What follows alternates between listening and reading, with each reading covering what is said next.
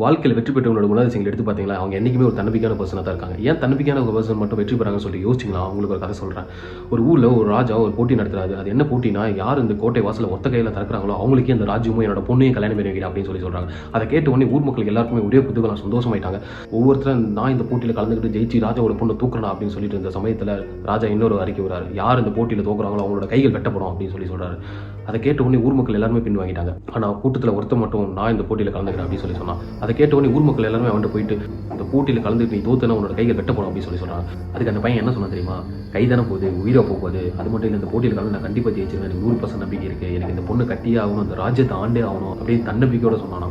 அடுத்த நாள் போட்டி நடக்குது. போட்டியில் சுலபமாக அந்த கோட்டை கதவை திறந்துறான். எப்படி ஊர் மக்கள் எல்லாருக்குமே ஒரே ஆச்சரியம், எப்படி இந்த கோட்டை கதவை இவ்வளோ சீக்கிரமாக இவ்வளோ ஈஸியாக திறந்தான் அப்படின்னு சொல்லிட்டு. அதுக்கு அந்த ராஜா என்ன தெரியும் அப்படின்னு சொன்னார், எப்போ இவன் தன்னம்பிக்கையோட அந்த போட்டியில் கலந்துக்கிறேன்னு சொல்லி சொன்னாலும் அப்போவே வந்து, ஏன்னா எவன் ஒருத்தர் தன்னம்பிக்கையோட இருக்கானோ அவன் தான் அந்த ராஜ்யத்தை ஆகணும்னு சொல்லி நான் நினச்சேன் அப்படின்னு சொல்லி சொன்னான்.